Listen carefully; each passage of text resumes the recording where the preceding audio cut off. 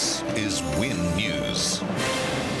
Tonight, a $2 million clean-up package for Morwell. The effort continues after an oil spill on the 90-mile beach. And claims Victorian councils have been ripping off ratepayers.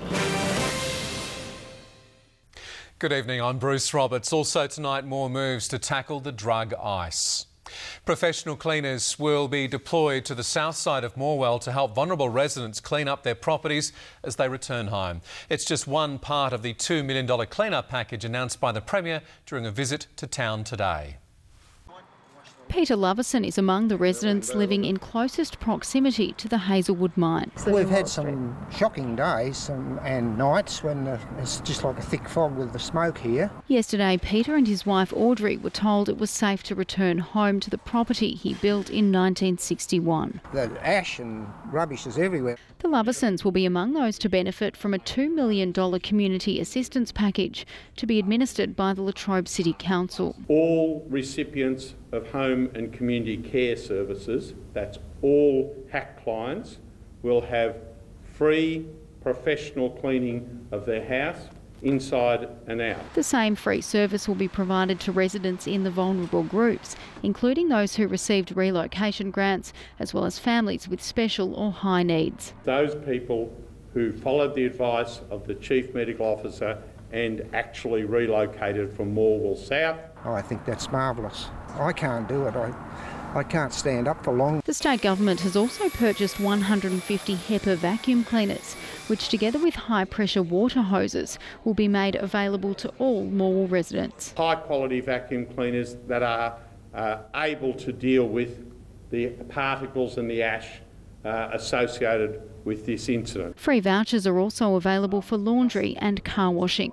They'll be available together with advice at a pop-up shop to be set up in the heart of Morwell, while there's also a clean-up hotline. Yesterday's lifting of the temporary relocation advice prompted the closure of the respite centre at Moe.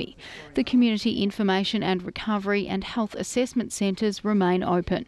It's not yet known how much the entire incident has cost. It will be substantial. The cost of the firefighting effort alone will be running to many millions of dollars. Or whether the owners of the mine, GDF Sewers, will be at all accountable. There is no concluded position with that at this early stage. The government has been focused very much on dealing with the incident. The government is expected to release the terms of reference for the independent inquiry into the fire this week. Brooke Van Newton, Win News. Meanwhile, Latrobe City has completed the mammoth task of door-knocking every home in Morwell.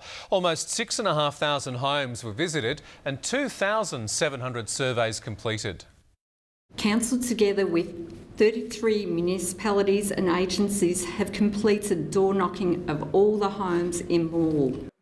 40 volunteers assisted with the door-knock, aiming to address concerns within the community. Back home, $2 million will be given to Morwell residents to help them clean up from the Hazelwood coal mine fire. The town has been blanketed by smoke and ash since February. This assistance being provided for this clean-up is comprehensive and will provide the assistance needed for Morwell residents to assist them in cleaning up their homes. The fire is expected to keep burning for several weeks. Victorian taxpayers will fund professional cleaners to remove ash and soot from Morwell homes as residents begin to return. But only some residents will be eligible for the service, and many say the government has underestimated the cost. David Woywood reports. As Morwell's long clean-up continues today, the Premier got stuck in as well. Over here. Look, they are very good. They're very good vacuum cleaners. Mr Napthine tested out one of 150 vacuum cleaners now available to residents as part of a broader $2 million clean-up package for homes and businesses. But not all are convinced. Some residents have described it as woefully inadequate, estimating it actually costs $20,000 per home to properly clean ash and soot. And it's very amateurish again today that the Premier picks up his vacuum cleaner. He cannot clean up this situation. Another low-level smoke warning was issued for the town today, but the Premier was full of praise for those who contained the Hazelwood mine blaze. There were no lives lost, and there is no evidence of serious injury. And that's to the great credit of all of the agencies involved. Back in the city and still in the cleaning mode, he set his sights on 10 of Melbourne's most run-down train stations, announcing $1 billion facelift that will transform disused land around train stations into commercial and residential hubs. This is a real win-win situation where we use underutilised land for major investment. It's estimated the upgrade will create 3,000 jobs. David Woywood, 10 Eyewitness News.